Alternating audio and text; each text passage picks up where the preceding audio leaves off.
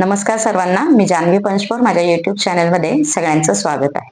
आपण atomic structure या टॉपिकवरती videos करतोय. याच्यामध्ये मागचा व्हिडिओ आपण बघितलाय कोणता, तर Bohr's hydrogen spectrum Bohr's hydrogen atom, बरोबर, atomic model of according to Bohr's theory. त्याच्या पुढे बोर्स थेअरी मधला जो ड्रॉबॅक आहे तो आपण पकडायचा आणि पुढची थेअरी सुरू करायची. So what was drawback of Bohr's theory, what are the drawbacks of Bohr's theory, ते आपण पटकन बघूयात.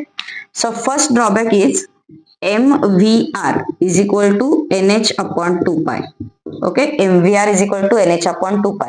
This is quantization condition. बरोबर, ही क्वांटायझेशन कंडिशन सांगितली कोणी? Niels borne. MVR म्हणजे angular momentum. Angular momentum is quantized असा वर्ड कोणी वापरलाय? बोरने. पण त्यांनी हे सांगितलंय ऍज अ पॉस्च्युलेट. पॉस्च्युलेट म्हणजे काय? अझम्पशन केले, पण ऍक्च्युली आहे का नाही हे त्यांनी सांगितलेलं नाहीये. म्हणजे एक्झॅक्टली हे MVR is equal to NH upon 2 pi हा फॉर्म्युला त्यांनी डिराईव्ह केलेला नाहीये. लक्षात आले? सो हे डेरिव्हेशन साठी आपल्याला नवीन थिअरी बघायची, that one is de Broglie's hypothesis. Next one is Bohr's model मधला अजून एक ड्रॉबॅक कोणता होता?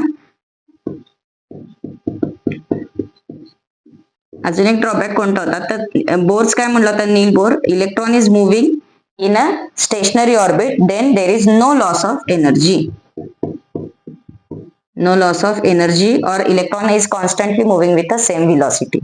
Again, electron is a charged particle, so when it is going to move around nucleus, it is going to collapse with nucleus. म्हणजे त्याची energy loss झाली पाहिजे आणि तो आतमध्ये आला पाहिजे.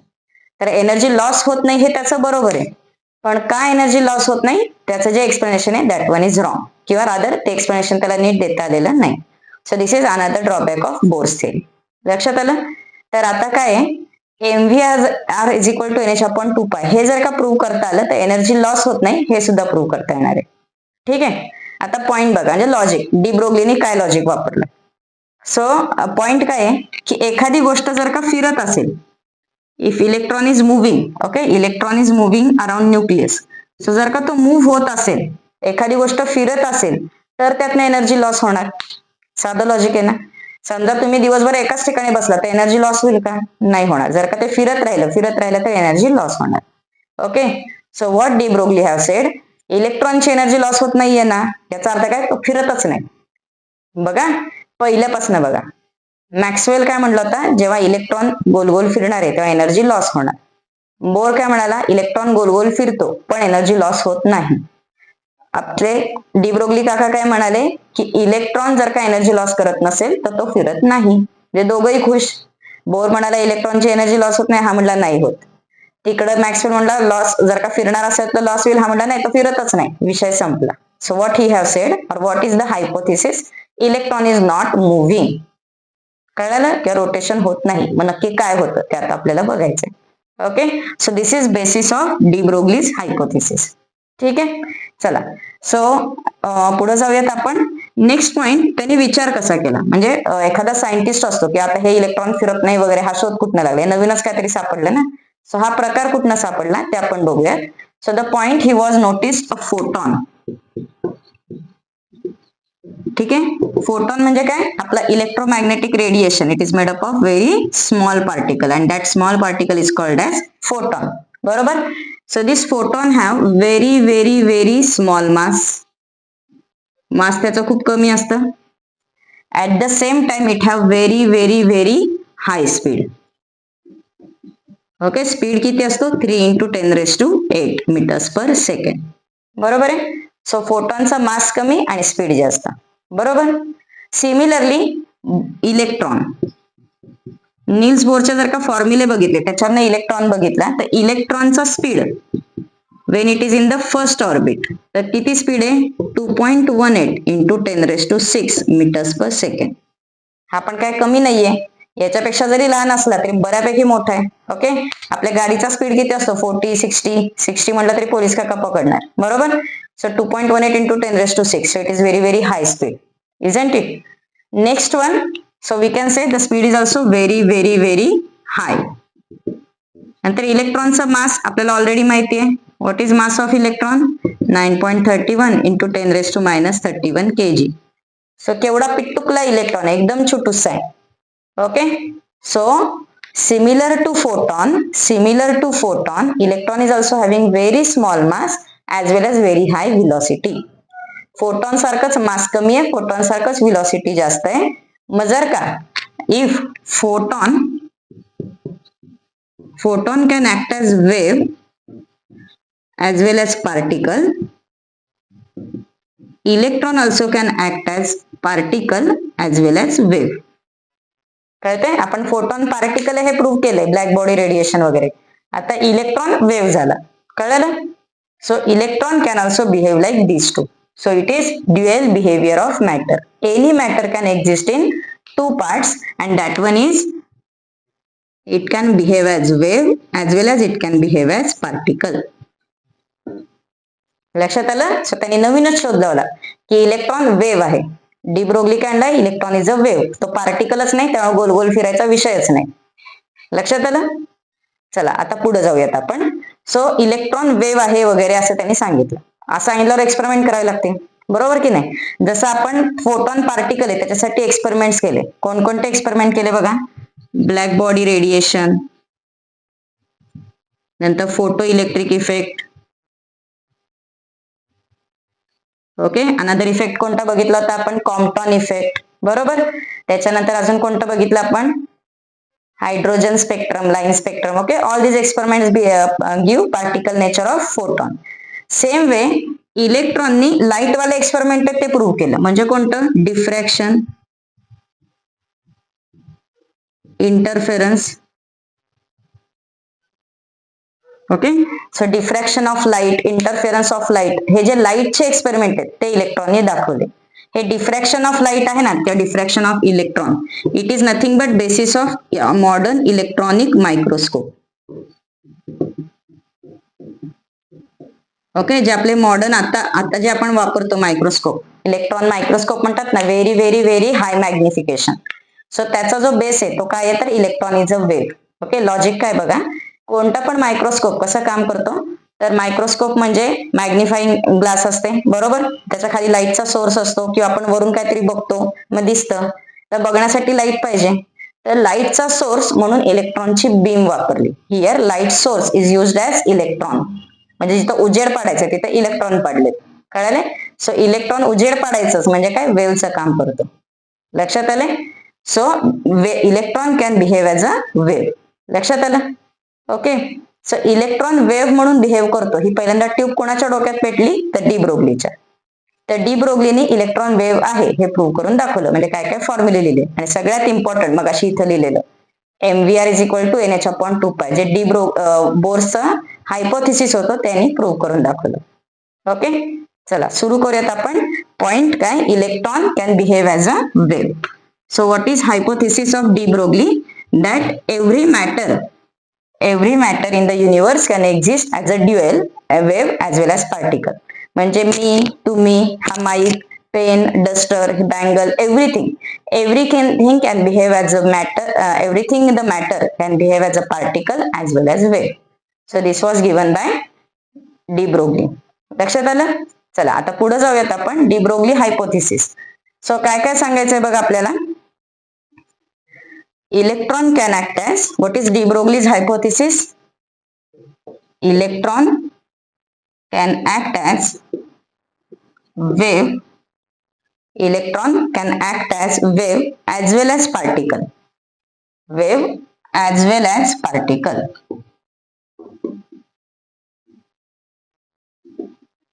Okay, it can behave as wave as well as particle. This is de Broglie's hypothesis. Once again, hypothesis म्हणजे त्याचं मानणं आहे, assumption आहे. लक्षात आलं? चला, तर आता डी ब्रोग्ली काय म्हटलं की इलेक्ट्रॉन वेव्ह आहे, तर पार्टिकल आहे, आपल्याला त्याचं मास वगैरे सगळं काढता येते. ओके, आता इलेक्ट्रॉन जर का वेव्ह असेल तर इलेक्ट्रॉनची वेव्हलेंथ पण माहिती पाहिजे. If electron is a wave we should understand wavelength. मग डी ब्रोग्लीने वेव्हलेंथचा फॉर्म्युला दिला. तर तो फॉर्म्युला कसा दिला आणि कसा प्रूव्ह केला ते बघूया. सो त्यासाठी इलेक्ट्रॉनने दोन फॉर्म्युले वापरले. First formula is given by Einstein. आइन्स्टाईनचा आपला काय म्हणतात त्याला? राजमान्य फॉर्म्युला कोणता आहे? E is equal to mc square. What is m? M is mass and c is velocity. Okay, similarly another formula that is again given by Einstein. E is equal to hc upon lambda. E is equal to hc upon lambda. So from these two formulas, what you can say? Therefore, mc square is equal to hc upon lambda. cc cancel झाले. Therefore, lambda is equal to, lambda ला वरती आणूया, काय होणार आहे? h upon mc. Again, what is c? c is velocity of light. So for electron, if v is velocity, what will you can write formula? Lambda is equal to h upon mv. And mass into velocity is nothing but momentum, h upon p. So this is formula given by de Broglie to calculate wavelength. Lambda is equal to h upon mv, or lambda is equal to h upon p. Okay, so p is nothing but momentum. Okay, so this is de Broglie wavelength. या लॅम्बडाला काय म्हणायचं? de Broglie wavelength.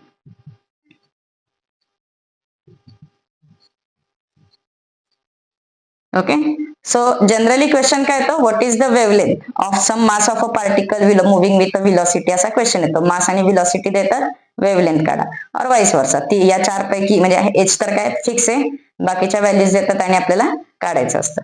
Okay, next point, हा de Broglie wavelength किंवा हे जे आपण behaviour बघतोय, this is applicable for small particles. Okay, कारण की आता आपण म्हणतो ना, photon, electron, these are very very very tiny particles. जेव्हा आपण एखादी गोष्ट मायक्रोस्कोपिक लेवलला येतो, क्वांटम लेवलला नेतो, त्याच्या प्रॉपर्टीज चेंज होतात. ओके, एक एक्झाम्पल बघा, गोल्डचं एक्झाम्पल बघा. Like anything which is gold, it have golden colour. Okay, golden नको म्हणायला, येलो कलर असतो. ठीक आहे, पण गोल्डचं नॅनो पार्टिकल, नॅनो पार्टिकलचा अर्थ कळाला ना? नॅनो म्हणजे 10⁻⁹. लाईक दिस बँगल, या बँगलला आपण ब्रेकडाऊन केलं, बारीक बारीक बारीक तुकडे केले, आणि त्यातला 10⁻⁹ एवढा डायमेन्शनचा जर का पार्टिकल बाजूला काढला, तर that particle appears red in colour. कळालं? सो एखादी गोष्ट मायक्रोस्कोपिक लेवलला नेली की त्याच्या प्रॉपर्टीज चेंज होतात. मग सपोज तो वेव्ह असेल तर पार्टिकल सारखा बिहेव होईल, पार्टिकल असेल तर वेव्ह सारखा बिहेव होईल. Is it okay? कळालं? चलो, सो एक स्क्रीनशॉट काढा, म्हणजे लॅम्बडाचा फॉर्म्युला काय आहे आणि तो कसा डिराईव्ह केला ते लक्षात येईल. आणि आता आपण पुढे जाऊयात.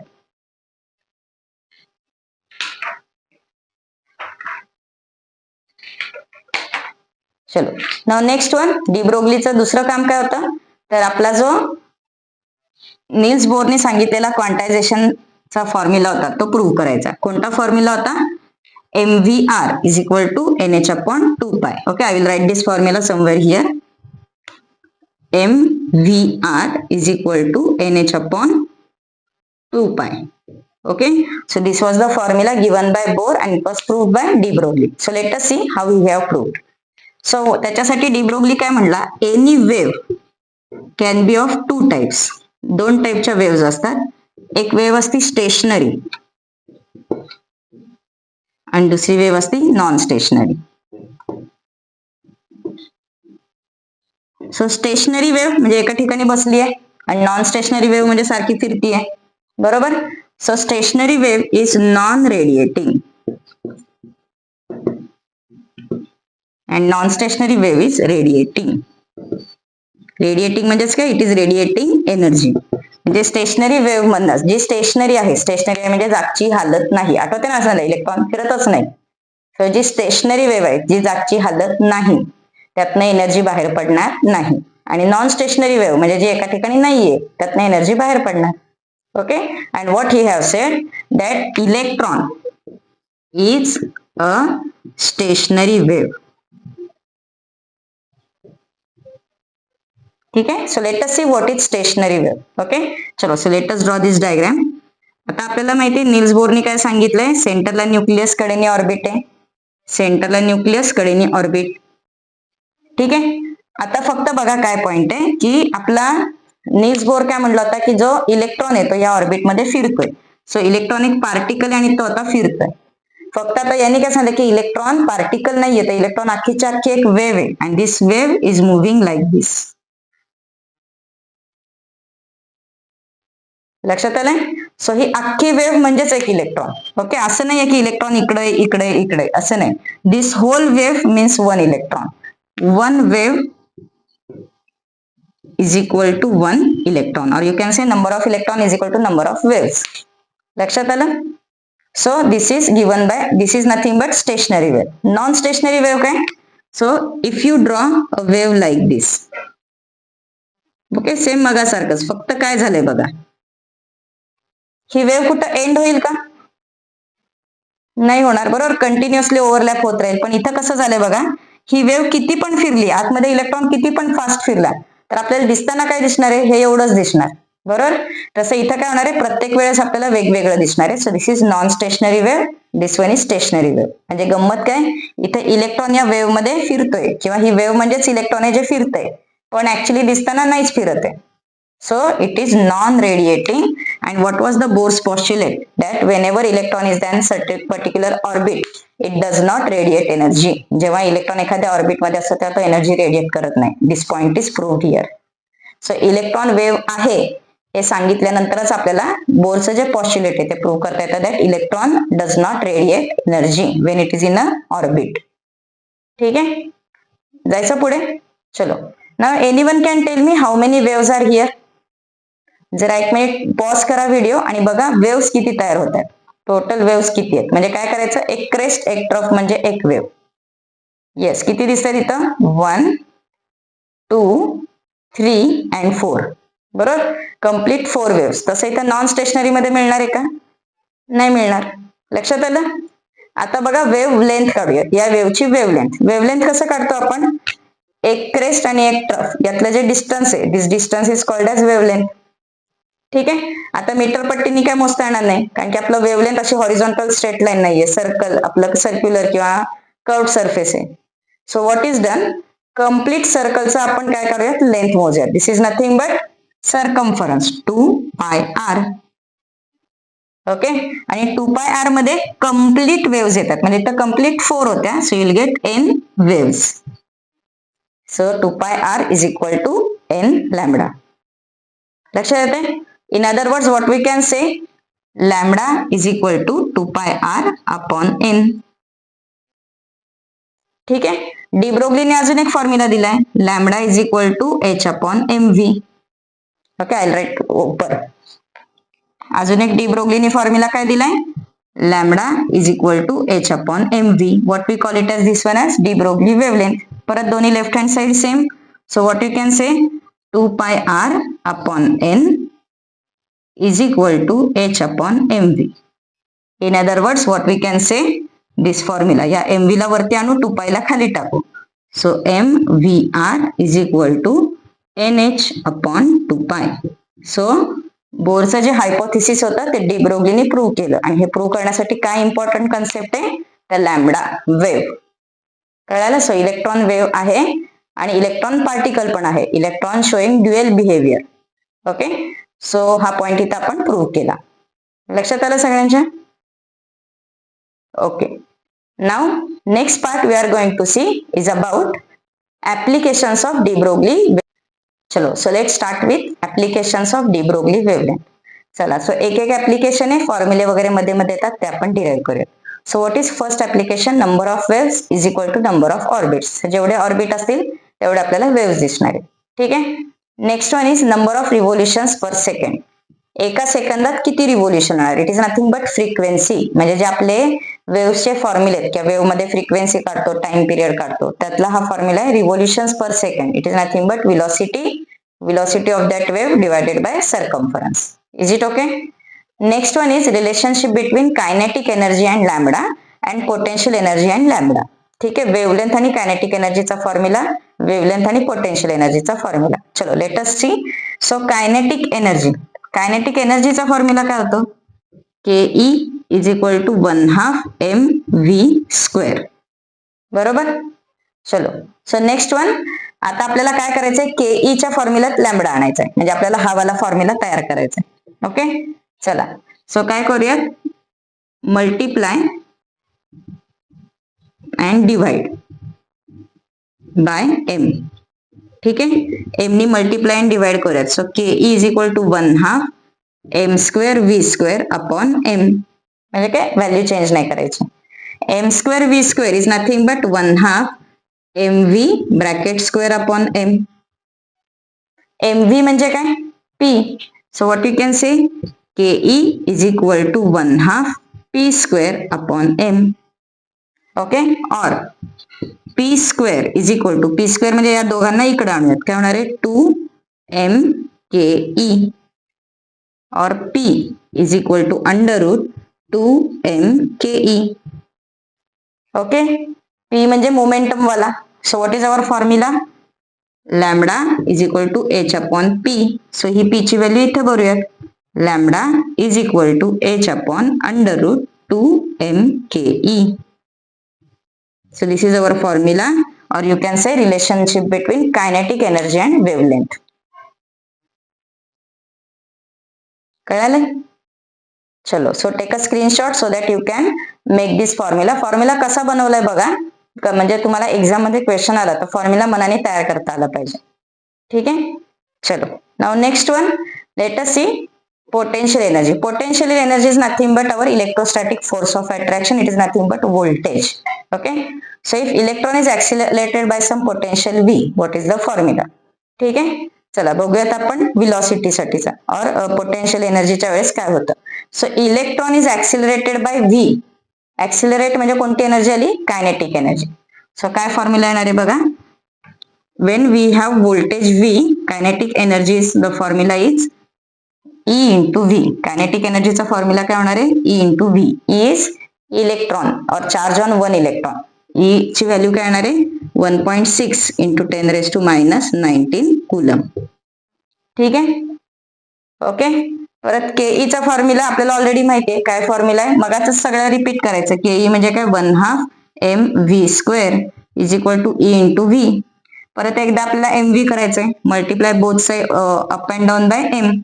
So 1/2 m square v square upon m is equal to ev. Therefore 1/2 p square upon m is equal to ev.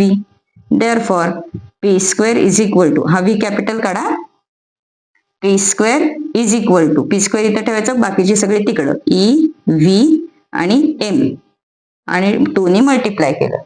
Okay, जर आपण हे नीट लिहूया, p is equal to under root 2 m e v, small m small e and capital v.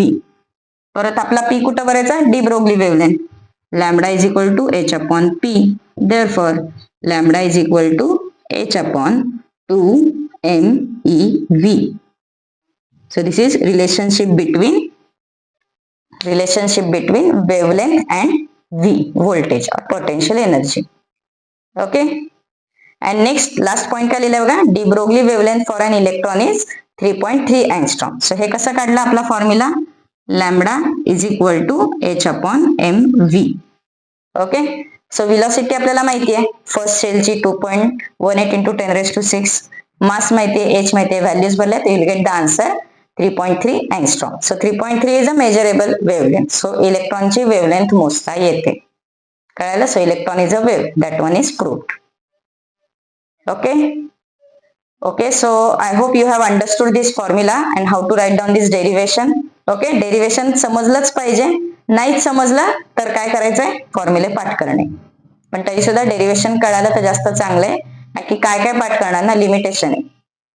ठीक आहे, चलो. So we'll stop here. So what we have seen today, de Broglie's hypothesis, electron wave आहे, तर वेव्हच्या properties electron कसं दाखवतो, इलेक्ट्रॉनची wavelength कशी मेजर करायची, त्याचा फॉर्म्युला, आणि त्या वेवलेंथ वरनं कायनेटिक एनर्जी, पोटेन्शियल एनर्जी कसं काढायचं. ठीक आहे, चलो. So will stop here. Good bye.